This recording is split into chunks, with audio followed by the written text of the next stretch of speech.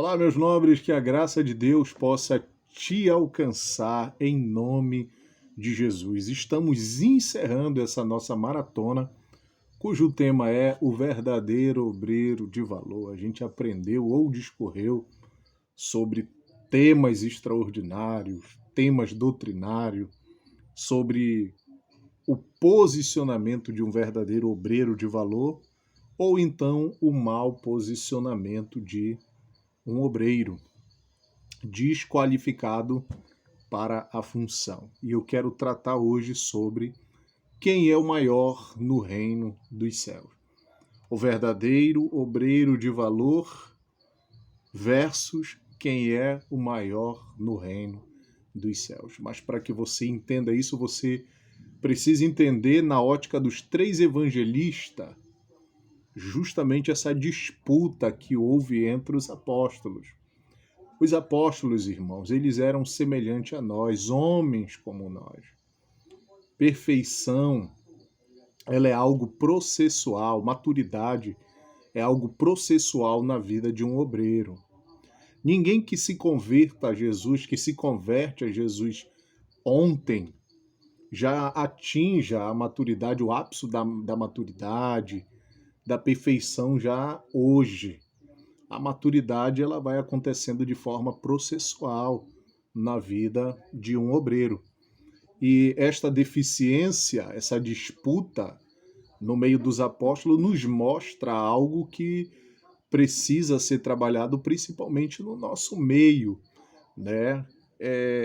Em vários lugares, infelizmente, essa disputa elas fazem parte da realidade de muitos obreiros, de muitas igrejas, uma certa competitividade, uma certa busca implacável pela visibilidade, pela primazia, e isto não é da parte de Deus, não vem da parte de Deus. Então você precisa entender, em primeiro lugar, na ótica dos três evangelistas, Mateus, Marcos e João, como se deu essa disputa.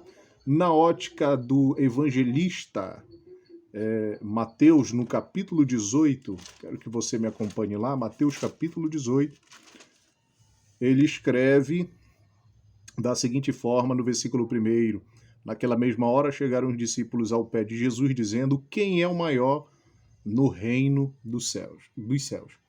Esta é a primeira narrativa pelo evangelista Mateus, ou São Mateus. Ou seja, eles vieram perguntar de uma forma pacífica, sutil, como se eles não quisessem nada, acerca de quem seria o maior. Talvez você se pergunte, pastor, mas o que levou essa ideia no coração dos apóstolos, na cabeça dos apóstolos, de disputarem entre eles a primazia, ou seja, no céu, o primeiro lugar, a primeira posição no céu? Queridos, eu tenho uma opinião acerca do que pode ter levado os apóstolos, em primeiro lugar, a querer a primazia. A primazia é o desejo pelo poder.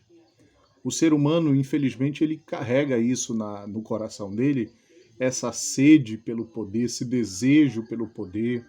No capítulo 10, os apóstolos receberam autoridade, receberam poder sobrenatural, autoridade para exercerem esse poder, essa autoridade no mundo espiritual das trevas, curando toda sorte de enfermidade.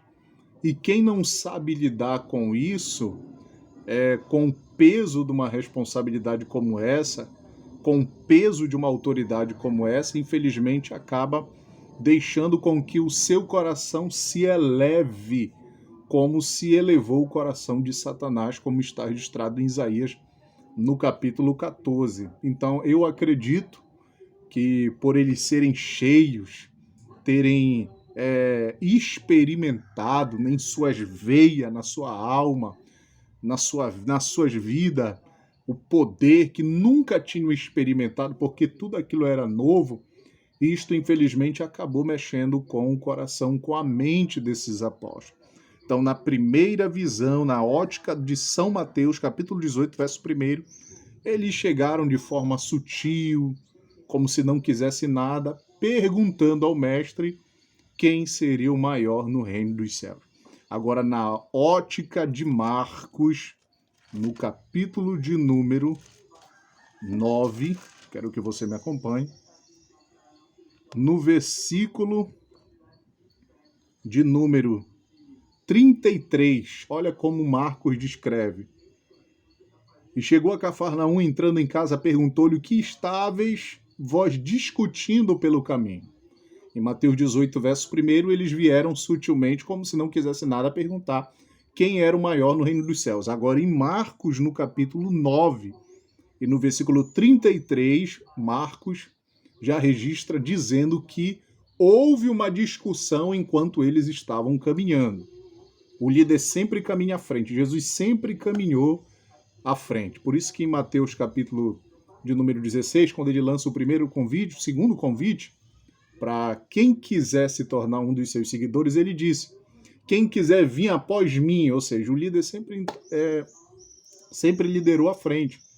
Então, quando Jesus vinha à frente, eles vinham atrás de Jesus, na retaguarda, e eles estavam discutindo acerca de quem seria o maior no reino dos céus. Essa discussão, cada um, acredito eu, que defendia um argumento acerca: eu fiz aquilo outro, aquilo outro, eu entrei numa casa e eu orei e o defunto ressuscitou, eu cheguei numa casa e tinha um paralítico, eu orei, o paralítico se levantou. Ou seja, no versículo 33, na ótica de Marcos, eles escrevem que houve uma discussão no caminho. No versículo 34 do Evangelho de Marcos, diz assim: mas eles calaram-se após a pergunta do mestre, porque pelo caminho tinham disputado entre si qual era o maior. Marcos 9:34, havia uma disputa. Eles estavam discutindo acerca do assunto de quem seria o maior, e eles estavam disputando. Disputar significa competir. Disputar significa competir. Disputar é quando uma pessoa se esforça para conseguir algo desejado. E o que eles almejavam era a primazia, o primeiro lugar. Era ouvir da boca do mestre, porque o mestre os observava. Eu acredito que eles almejavam com que o mestre dissesse assim: é tu, Pedro, ou então é tu, João, que vai ser o primeiro. Eu vi que Felipe trabalhou esses dias mais do que vocês. Eu vejo o potencial do Felipe ser o primeiro no reino dos céus. Eu acredito que eles disputavam por isso. Eu acredito que eles nutriam essa ideia no seu coração. A Bíblia, de forma enfática, não fala sobre isso, não enfatiza, melhor dizendo, sobre isso, mas nos leva a entender sobre essa disputa. Agora, em Lucas, na visão de Lucas, que foi discípulo do apóstolo Paulo, que caminhou com o apóstolo Paulo, Marcos trabalhou um pequeno período de tempo com o apóstolo Paulo e depois foi trabalhar na Judéia com o apóstolo Pedro. O que ele descreve é na ótica de Pedro. Lucas, no capítulo 9, versículo de número 46. Lucas 9, 46, que diz: e suscitou-se entre ele uma discussão sobre qual deles seria o maior. Em Lucas 9, 46 e 48, revela a intenção do coração dos apóstolos e seus esforços. Essa discussão que eles estavam tendo pelo caminho revelou-se a intenção que estava no seu coração e todos os esforços que eles empregavam na obra, todo o desempenho, conforme a visão de Lucas 9, 46, 48 dos apóstolos, era justamente egoísta. Eles pensavam em si. Havia uma meta no coração, na mente de cada apóstolo, e essa meta era: me esforçarei mais ainda, porque eu quero ter a primazia, eu quero ser o primeiro, quero ter o meu nome destacado, reconhecido como o número 1 no reino dos céus. Queridos, eu fiz questão de apresentar a ótica de cada evangelista, que é para você entender sobre essa particularidade. Agora nós vamos aprender sobre a resposta do Mestre nos 3 evangelhos sobre quem é o maior. Na ótica dos 3 evangelhos, dos 3 evangelistas, ali aparece o posicionamento e o nível da discussão e da disputa pela primazia entre os apóstolos. Agora, nesses 3 evangelhos, há a resposta do Mestre sobre quem é o maior, quem verdadeiramente pode ser o maior no reino dos céus. Vamos para Mateus 18, versículo de número 3, que diz assim, da seguinte forma: Lucas 18, versículo 3. E disse: em verdade vos digo que se não vos converterdes e não vos fizerdes como criança, de modo algum entrareis no reino dos céus. Em primeiro lugar, em resposta à pergunta dos discípulos, Jesus diz em Mateus 18, versículo 3, que é necessário que haja conversão. Pastor Rafael, o que é conversão? Mudança de direção. Conversão é seguir na direção oposta. Conversão significa transformação. Queridos, quando Jesus disse que era necessário com que houvesse conversão entre os apóstolos, Jesus estava dizendo: olha, para ir para o céu é apenas uma via, não é uma estrada de mão dupla, é apenas uma via. E para chegar a ser o maior, grande no reino dos céus, aqui na terra é preciso, ou necessariamente falando, é preciso com que haja uma mudança de direção, uma mudança de pensamento, uma mudança de desejo pelo que se quer, pelo que se almeja. Há no nosso meio certas disputas, pessoas, infelizmente, usando de artimanha, de artifícios, de vários meios na tentativa de ser o primeiro, de ter visibilidade, de queimar o filme do irmão, de um outro obreiro. E Jesus disse: vocês querem realmente ser o maior? No versículo 3 ele diz: em primeiro lugar, então vocês têm que se converter.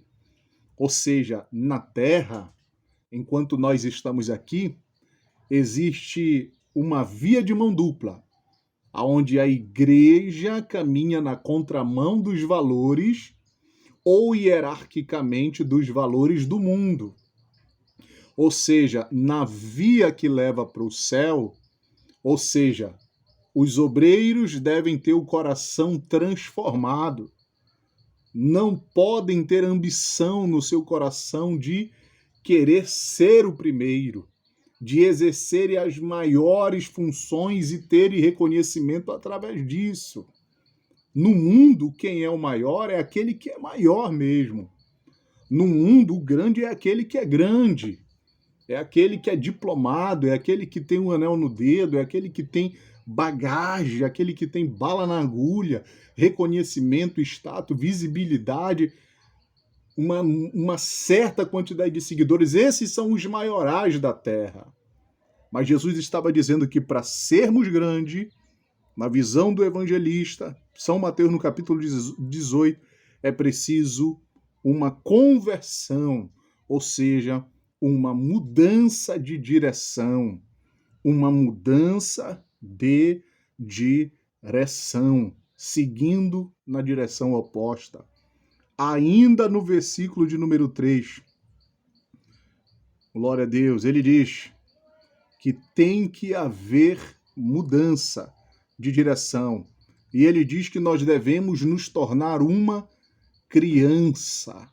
Queridos, no meio das crianças não há disputa, não há espírito de superioridade, não há ambição de liderança. Você pode analisar isso. Jesus fez questão de colocar uma criança como exemplo. E ele estava justamente, aquela criança que ele colocou no meio dos apóstolos, estava justamente sinalizando para a humildade, para a falta de disputa, que não há disputa no meio das crianças, não há ambição, não há espírito de superioridade, não há orgulho, não há essa disputa implacável acerca do primeiro lugar.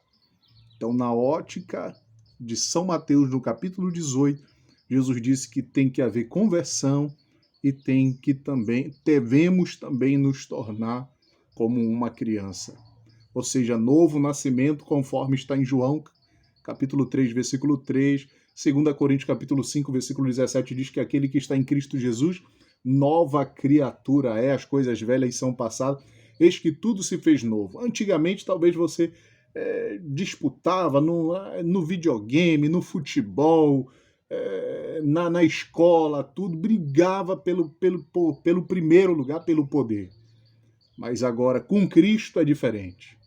Se eu, como um obreiro de valor, almejo ser o primeiro no reino dos céus, eu devo converter o meu coração e devo me tornar como uma criança. Na visão do evangelista Marcos, no versículo de número 35, ele diz da seguinte forma, de número 35, e ele, assentando-se, chamou os 12 e disse-lhes, se alguém quiser ser o primeiro, será o derradeiro de todos e servo de todo. Olha só, tornar-se o derradeiro, Jesus estava dizendo que eu devo ser o último a ocupar uma posição. Nos dias de hoje, são poucos que querem se tornar o último, porque nos dias de hoje há esse espírito, essa soberba que invade o coração de muitos obreiros que querem ter seu nome mencionado, querem ter visibilidade a todo custo. Se ele não estiver lá, o trabalho não é feito. Se não tiver uma ideia dele, o trabalho não prestou, as coisas desandam, e não é assim, irmão. Jesus estava dizendo em Marcos, na visão do evangelista Marcos, que se alguém quiser ser o primeiro, em primeiro lugar ele tem que ser o último. Você pode ter a aptidão que for, a habilidade que for, você pode ser um obreiro extraordinário, mas se você tem essa fome por esse poder, pelo poder da primazia, se você luta pelo reconhecimento, infelizmente, você nunca será o primeiro no reino dos céus. Porque Jesus nos deixou um exemplo em João, no capítulo 13, quando lavava os pés dos discípulos, e ele disse, olha, eu sendo mestre estou fazendo isso, e eu quero que vocês reproduzam este mesmo exemplo que eu estou dando para vocês, para os outros em diante. Olha só, o grande se humilhou, se fez servo, se esvaziou de todo o seu poder, se fez homens como nós, nos ensinando a importância da humildade. Agora, na ótica do evangelista Lucas, no versículo de número... Lucas, capítulo 9, no versículo 48, para nós encerrarmos aqui, Jesus disse, qualquer que receber esta criança em meu nome, recebe-me a mim, qualquer que me recebe a mim, recebe o que me enviou, porque aquele que entre vós todos for o menor, esse mesmo será o grande. Ou seja, para me tornar-me grande no céu, eu preciso me tornar o menor. Hierarquicamente, o menor é um funcionário inferior. Queridos, nós trabalhamos para o reino, você trabalha para o reino. E se você trabalha para o reino, você pode ter a aptidão que você tiver, pode até fazer fogo cair do céu, mas Jesus estava dizendo, você tem que se tornar um menor. servo de todos. Aleluia! A Bíblia diz em Tiago, capítulo 4:6, que Deus resiste ao soberbo. Ou seja, aquele que deseja ser grande entre os irmãos manifesta o firme propósito pelo poder.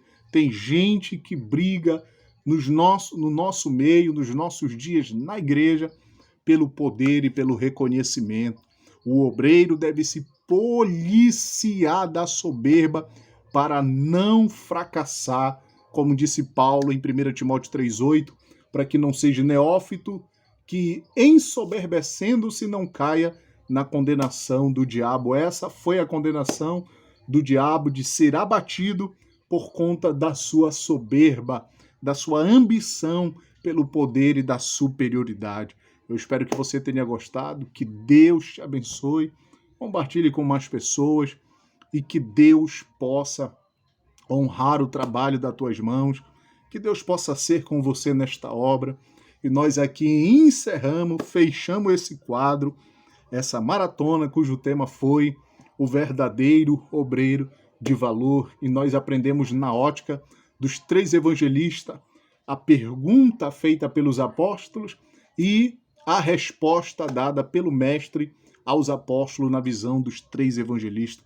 Que Deus te abençoe em Cristo Jesus.